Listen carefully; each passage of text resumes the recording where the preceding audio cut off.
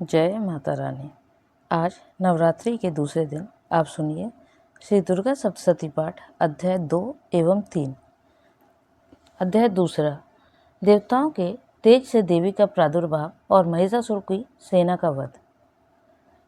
ओम मध्य चरित्र के विष्णु ऋषि महालक्ष्मी देवता उष्णिक छंद, शाकंभरी शक्ति, दुर्गा बीज, वायु तत्व और यजुर्वेद स्वरूप श्री महालक्ष्मी की प्रसन्नता के लिए मध्यम चरित्र के पाठ में इसका विनियोग है।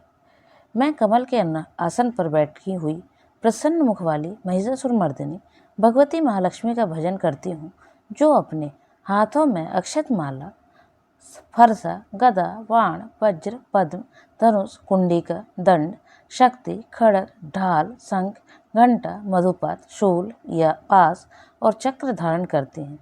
ऋषि कहते हैं, पूर्व काल में देवताओं और असुरों में पूरे 100 वर्षों तक घोर संग्राम हुआ था। उसमें असुरों का स्वामी महिषासुर था और देवताओं के नायक इंद्र थे। उस युद्ध में देवताओं की सेना महाबली असुरों से परास्त हो गई। संपूर्ण देवताओं को जीतकर महिषासुर इंद्र बन बैठा। तब पराजित देवता प्रजापति ब्रह्मा जी के आगे करके उस स्थान पर गए जहाँ भगवान शंकर और विष्णु विराजमान थे। देवताओं ने महिषासुर के पराक्रम तथा अपनी पराजय का यथावत वृत्तांत उन दोनों देवेश्वरों से विस्तार पूर्वक कह सुनाया। वे बोले, हे भगवान, महिषासुर सूर्य, इंद्र, अग्नि, वायु, चंद्रमा, यम, वरुण तथा अन्य देवताओं को भी अधिकार छीनकर स्वयं ही सबका अधिष्ठाता बन गया है। उस दुरात्मा महिषसेन समस्त देवताओं को स्वर्ग से निकाल दिया है। अब मैं मनुष्यों की भांति पृथ्वी पर विचरते हैं। दैत्यों की यह सारी करतूत हमने आप लोगों से कह सुनाई। अब हम आपकी ही शरण में आए हैं, उसके वध का कोई उपाय सोचिए। इस प्रकार देवताओं के वचन सुनकर भगवान विष्णु और शिव ने दैत्यों पर बड़ा क्रोध किया। उनकी भौहें तन गई और मुंह टेढ़ा हो गया। तब अत्यंत कोप में भरे हुए चक्रपाणी श्री विष्णु के मुख से एक महान तेज प्रकट हुआ। इसी प्रकार ब्रह्मा, शंकर तथा इंद्र आदि अन्य देवताओं से शरीर से भी बड़ा भारी तेज निकला। वह सब मिलकर एक हो गया। महान तेज का वह पुंज जाज्वल्यमान पर्वत सा जान पड़ा। देवताओं ने देखा, वहाँ उसी ज्वालाएं संपूर्ण दिशाओं में व्याप्त हो रही थी। संपूर्ण देवताओं के शरीर से प्रकट हुए उस तेज की कहीं तुलना नहीं थी। एकत्रित होने पर वह एक नारी के रूप में परिणत हो गया और अपने प्रकाश से तीनों लोकों में व्याप्त जान पड़ा। भगवान शंकर को जो तेज था, उससे वह देवी का मुख प्रकट हुआ। यमराज के तेज से उसके सिर में बाल निकल आए। श्री विष्णु भगवान के तेज से उसकी भुजाएं उत्पन्न हुई। चंद्रमा के तेज से दोनों स्तनों का और इंद्र के तेज से मध्य भाग का प्रादुर्भाव हुआ। वरुण के तेज से जंगा और पिंडली तथा पृथ्वी के तेज से नितंब भाग प्रकट हुआ। ब्रह्मा के तेज से दोनों चरण और सूर्य के तेज से उनकी अंगुलियां हुई। वासुओं के तेज से हाथों की उंगलियां और कुबेर के तेज से नासिका प्रकट हुई। उस देवी के दांत प्रजापति के तेज से और तीनों नेत्र अग्नि के तेज से प्रकट हुए थे। उसकी भौहें संध्या के कान वायु के तेज से उत्पन्न हुए थे। इसी प्रकार अन्य देवताओं के तेज से भी उस कल्याणमयी देवी का आविर्भाव हुआ। तदंतर समस्त देवताओं के तेज पुंज से प्रकट हुई देवी को देखकर महिषासुर ने सताए हुए देवता बहुत प्रसन्न हुए। पिनाकधारी भगवान शंकर ने अपने शूल से एक शूल निकालकर उन्हें दिया। फिर भगवान विष्णु ने अपने चक्र से चक्र उत्पन्न करके भगवती को अर्पण किया। वरुण ने शंख भेंट किया, अग्नि उन्हें शक्ति दी और वायु ने धनुष तथा बाण से भरे हुए 2 तरकस प्रदान किए। सहस्त्र नेत्रों वाले देवराज इंद्र ने अपने वज्र से वज्र उत्पन्न कर दिया और ऐरावत हाथी से उतार कर एक घंटा भी प्रदान किया। यमराज ने काल दंड से दंड, वरुण ने पाश, प्रजापति ने स्फटिक काक्ष की माला तथा ब्रह्मा जी ने कमंडलू भेंट किया। सूर्य ने देवी के समस्त रोमकूपों में अपनी किरणों का तेज भर दिया। काल ने उन्हें चमकती हुई ढाल और तलवार दी। क्षीर समुद्र ने उज्ज्वल हार तथा कभी जीर्ण न होने वाले 2 दिव्य वस्त्र भेंट किए। साथ ही उन्होंने दिव्य चूड़ामणि, 2 कुंडल, कड़े, उज्ज्वल अर्धचंद, सब बाहुओं के लिए केयूर, दोनों चरणों के लिए निर्मल नूपुर, गले की सुंदर हंसली और सब उंगलियों में पहनने के लिए रत्नों की अंगूठियां भी दी। विश्वकर्मा ने उन्हें अत्यंत निर्मल फरसा भेंट किया, साथ ही अनेक प्रकार के अस्त्र और अभेद्य कवच दिए। इनके सिवा मस्तक और वक्ष स्थल पर धारण करने के लिए कभी न कुम्हलाने वाले कमलों की मालाएं दी।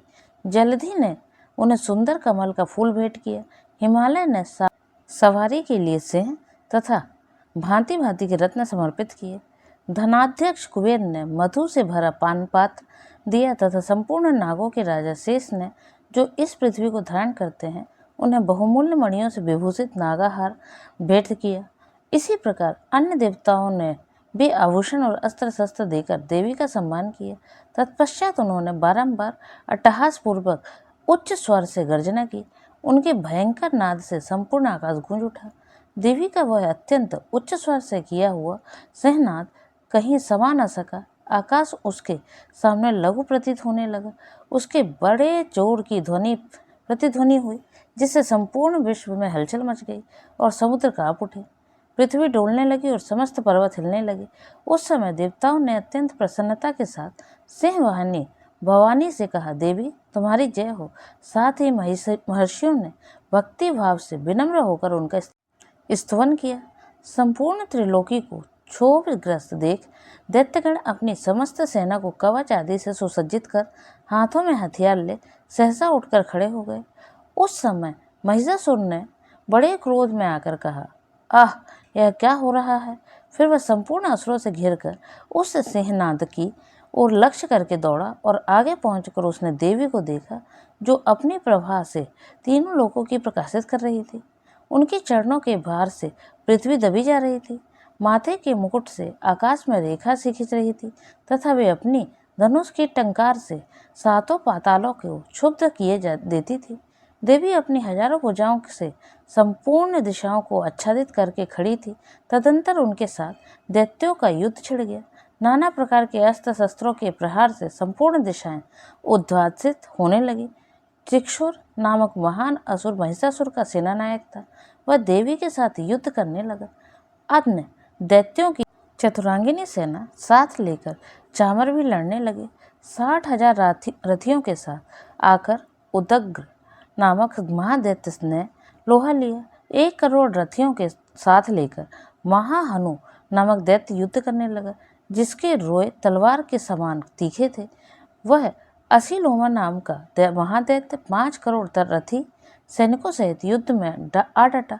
60 लाख रथियों से घिरा हुआ बालस्कल नामक दैत्य भी उस युद्ध में लड़ने लगा। परिबारित नामक राक्षस हाथी सवार और घुड़सवारों के अनेक दलों तथा 1 करोड़ रथियों के सेना लेकर युद्ध करने लगा। बेडाल नामक दैत्य 5 अरब रथियों से घिरकर लोहा लेने लगा। इनके अतिरिक्त और भी हजारों महादैत्य रथ, हाथी और घोड़ों की सेना के साथ लेकर वहां देवी के साथ युद्ध करने लगे। स्वयं महिषासुर उस रणभूमि में कोटि कोटि सहस्त्र रथ, हाथी और घोड़ों की सेना में से घिरा हुआ खड़ा था। वे दैत्य देवी के साथ तावमर, भिंदईपाल, भगशक्ति, मूसल, खड़ग, परशु और पटिस आदि अस्त्र शस्त्रों का प्रहार करते हुए युद्ध कर रहे थे। कुछ दैत्यों ने उन पर शक्ति का प्रहार किया, कुछ लोगों ने पास फेंके तथा कुछ दूसरे दैत्यों ने खड़ग प्रहार करके देवी को मार डालने का उद्योग किया। देवी ने भी क्रोध में भरकर खेल खेल में अपने अस्त्र शस्त्रों की वर्षा करके दैत्यों के समस्त अस्त्र शस्त्र काट डाले। उनके मुख पर परिश्रम तथा थकावट रंचमात्र भी चिन्ह नहीं थी। देवता और ऋषि उनकी स्तुति करते थे और वे भगवती परमेश्वरी दैत्यों के शरीरों पर अस्त्र शस्त्रों की वर्षा करती रही।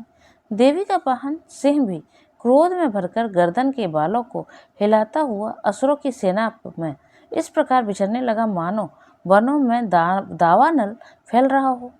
रणभूमि में दैत्यों के साथ युद्ध करती हुई अंबिका देवी ने जितने निश्वास छोड़े, वे सभी तत्काल सैकड़ों हजारों गणों के रूप में प्रकट हो गए और परशु, भिंदीपाल, खड़ग तथा पटिस आदि अस्त्रों द्वारा असुरों का सामना करने लगे। देवी की शक्ति में से बढ़े हुए वे गण असुरों का नाश करते हुए नगाड़ा और शंख आदि बजाने लगे। उस संग्राम महोत्सव में कितने ही गण मृदंग बजा रहे थे।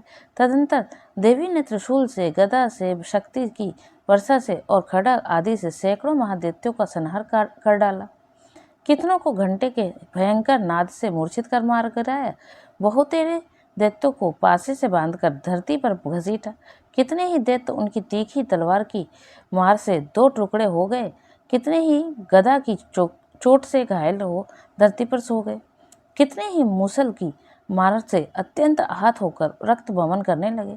कुछ दैत्य सूल से छाती फट जाने के कारण पृथ्वी पर ढेर हो गए।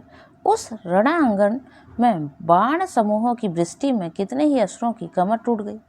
बाज की तरह झपटने वाले देव पीड़क दैत्यगण अपने प्राणों से हाथ धोने लगे। किन्हीं की बाहें छिन्न भिन्न हो गई, कितनों की गर्दनें कट गई, कितने ही दैत्यों के मस्तक कटकर गिरने लगे। कुछ लोगों के शरीर मध्य भाग से में भी विदीर्ण हो गए। कितने ही महादैत्य जांघें कट जाने से पृथ्वी पर गिर पड़े। कितनों को ही देवी ने एक बाह, एक पैर और एक नेत्र वाले करके दो टुकड़ों में चीर डाला। कितने ही दैत्य मस्तक कट जाने पर भी गिरकर फिर उठ जाते और केवल धड़ के रूप में अच्छे अच्छे हथियार हाथ में ले देवी के साथ युद्ध करने लगते थे। दूसरे कबंध युद्ध के बाजों की लय पर नाचते थे। कितने ही बिना सिर के धड़ हाथों में खड्ग शक्ति और रिष्टि लिए दौड़ते थे और दूसरे दूसरे महादैत्य ठहरो ठहरो यह कहते हुए देवी का युद्ध के लिए ललकारते थे। जहाँ वह घोर संग्राम हुआ था वहाँ की धरती देवी के गिराए हुए रथ, हाथी, घोड़े और असुरों की लाशों से ऐसी पट गई थी कि वहाँ चलना फिरना असंभव हो गया था। दैत्यों की सेना में हाथी, घोड़े और असुरों के शरीर से इतनी अधिक मात्रा में रक्तपाल हुआ था कि थोड़ी ही देर में वहाँ खून की बड़ी बड़ी नदियाँ बहने लगी। जगदम्बा ने असुरों की विशाल सेना के क्षण भर में नष्ट कर दिया। ठीक उसी तरह जैसे तृण को और काठ के भारी ढेर को आग कुछ ही क्षण में भस्म कर देती है, और वह सिंह भी गर्दन के बालों को हिला हिलाकर जोर जोर से गर्जना करता हुआ दैत्यों के शरीर से मानो उनके प्राण चुने लेता हो। वहाँ देवी के गण ने उन महादैत्यों के साथ ऐसा युद्ध किया जिसमें आकाश में खड़े हुए देवतागण उन पर बहुत संतुष्ट हुए और फूल बरसाने लगे। इस प्रकार श्री मार्कंड पुराण में सर्वाणिक मन्वंतरी के कथा के अंतर्गत देवी महात्म के महिषासुर की सेना का वध नामक दूसरा अध्याय पूरा हुआ। अब आप सुनिए तीसरा अध्याय, सेनापतियों सहित महिषासुर का वध। जगदम्बा के श्री अंगों की कांति उदय काल के सहस्त्रों सूर्यों के समान है। वे लाल रंग की रेशमी साड़ी पहने हुए हैं। उनके गले में मुंडमाला शोभा पा रही है। दोनों स्तरों पर रक्त चंदन का लेप लगा है। वे अपने कर कमलों में जप मालिका, विद्या और अभय तथा वर नामक मुद्राएं धारण किए हुए हैं। 3 नेत्रों से सुशोभित मुखारविंद की बड़ी शोभा हो रही है। उनके मस्तक पर चंद्रमा के साथ ही रत्नमय मुकुट बंधा है तथा वे कमल के आसन पर विराजमान है। ऐसी देवी को मैं भक्ति पूर्वक प्रणाम करती हूँ। ऋषि कहते हैं, दैत्यों की सेना को इस प्रकार तहस नहस होते हुए देख महादैत्य सेनापति चिक्षुर क्रोध में भरकर अंबिका देवी से युद्ध करने के लिए आगे बढ़ा। वह असुर रणभूमि में देवी के ऊपर इस प्रकार बाणों की वर्षा करने लगा जैसे बादल मेरुगिरी के शिखर पर पानी की धार बरसा रहा हो। तब देवी ने अपने बाणों से उसके बाण समूह को अनायास काटकर उसके घोड़े और सारथी को मार डाला। साथ ही उसके धनुष तथा अत्यंत ऊंची आवाज की भी तत्काल काट गिराया। धनुष कट जाने पर उसके अंगों को अपने बाणों से बींध डाला। धनुष, रथ, घोड़े और सारथी के नष्ट हो जाने पर असुर ढाल और तलवार लेकर देवी की ओर दौड़ा। उसने तीखी धार वाली तलवार से सिंह के मस्तक पर चोट करके देवी की भी बाईं भुजा में बड़े वेग से प्रहार किया। राजन, देवी की बाह पर पहुंचते ही वह तलवार टूट गई। फिर तो क्रोध से लाल आंखें करके उस राक्षस ने शूल हाथ में लिया और उसे उस महादैत्य ने भगवती भद्रकाली के ऊपर चलाया। वह शूल आकाश में गिरते हुए सूर्यमंडल की भांति अपने तेज से प्रज्वलित हो उठा। उस शूल को अपनी ओर आते देख देवी ने भी शूल का प्रहार किया। उससे राक्षस के शूल के सैकड़ों टुकड़े हो गए। साथ ही महादैत्य चिक्षुर की भी धज्जियां उड़ गई। वह प्राणों से हाथ धो बैठा। महिषासुर के सेनापति उस महापराक्रमी चिक्षुर के मारे जाने पर देवताओं को पीड़ा देने वाले चामर हाथी पर चढ़कर आया। उसने भी देवी के ऊपर शक्ति का प्रहार किया, किंतु जगदम्बा ने अपने हुंकार से ही आहत एवं निष्प्रभ करके तत्काल पृथ्वी पर गिरा दिया। शक्ति टूटकर गिरी देख चामर को बड़ा क्रोध हुआ। अब उसने शूल चलाया, किंतु देवी ने उसे भी अपने बाणों द्वारा काट डाला।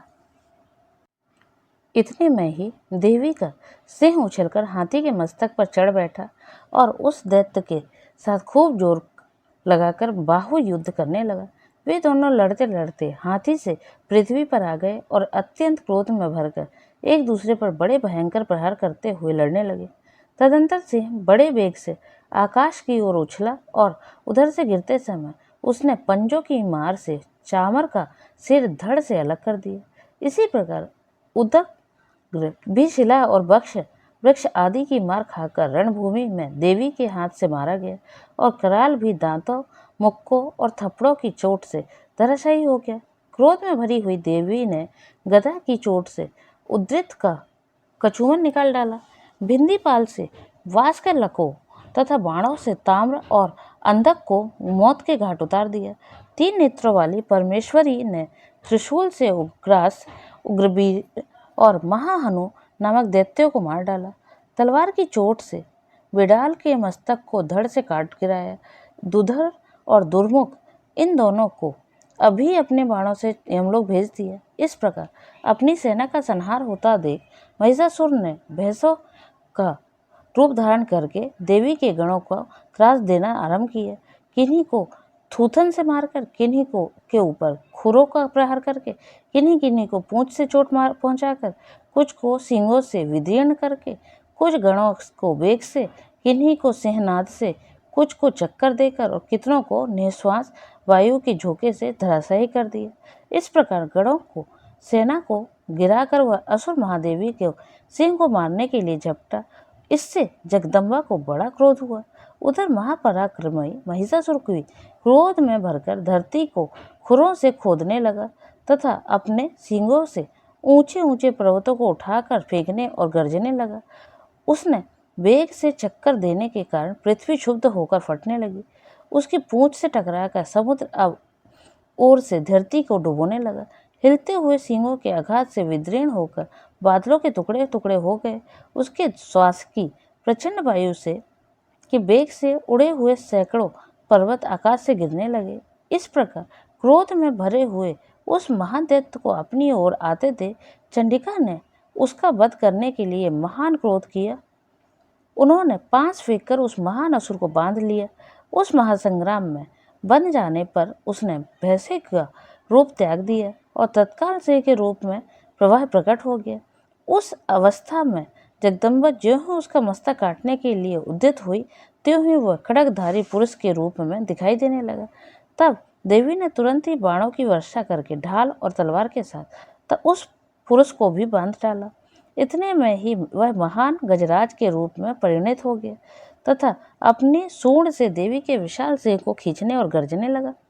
खींचते समय देवी ने तलवार से उसकी सूंड काट डाली। तब उस महादैत्य ने पुनः भैंसे का शरीर धारण कर लिया और पहले की भांति चराचर प्राणियों सहित तीनों लोगों को व्याकुल करने लगा। तब क्रोध में भरी हुई जगन्माता चंडिका बारंबार उत्तम मधु का पान करके और लाल आंखें करके हंसने लगी। उधर वह बल और पराक्रम से मद से उन्मत्त हुआ राक्षस गरजने लगा और अपने सींगों से चंडी के ऊपर पर्वतों को फेंकने लगा। उस समय देवी अपने बाणों के समूहों से उसके फेंके हुए पर्वतों को चूर्ण करती हुई बोली। बोलते समय उनका मुख मधु के मद से लाल हो रहा था और वाणी लड़खड़ा रही थी। देवी ने कहा, ओ मूढ़, मैं जब तक मधु पीती हूँ तब तक तू क्षण भर के लिए खूब गर्ज ले। मेरे हाथ से यही तेरी मृत्यु हो जाने पर अब शीघ्र ही देवता भी गर्जना करेंगे। ऋषि कहते हैं। यूँ कहकर देवी उछली और उस महादैत्य के ऊपर चढ़ गई। फिर अपने पैर से उसे दबाकर उन्होंने शूल से उसके कंठ में आघात किया। उनके पैर से दबा होने पर भी महिषासुर अपने मुख से अभी आधे शरीर से ही वह बाहर निकलने पाया था। कि देवी ने अपने प्रभाव से उसे रोक दिया। आधा निकला होने पर भी वह महादैत्य देवी से युद्ध करने लगा। तब देवी ने बहुत बड़ी तलवार से उसका मस्तक काट गिराया। फिर तो हाहाकार करती हुई दैत्यों की सारी सेना भाग गई और संपूर्ण देवता अत्यंत प्रसन्न हो गए। देवताओं ने दिव्य महर्षियों के साथ दुर्गा देवी का स्तवन किया। गंधर्व राज गाने लगे और अप्सराएं नृत्य करने लगी। इस प्रकार श्री मार्कंड पुराण के सावर्णिक मनवंतरी कथा के अंतर्गत देवी महात्म के महिषासुर वध नामक तीसरा अध्याय पूरा हुआ। तो प्रेम से बोलिए जय माता दी।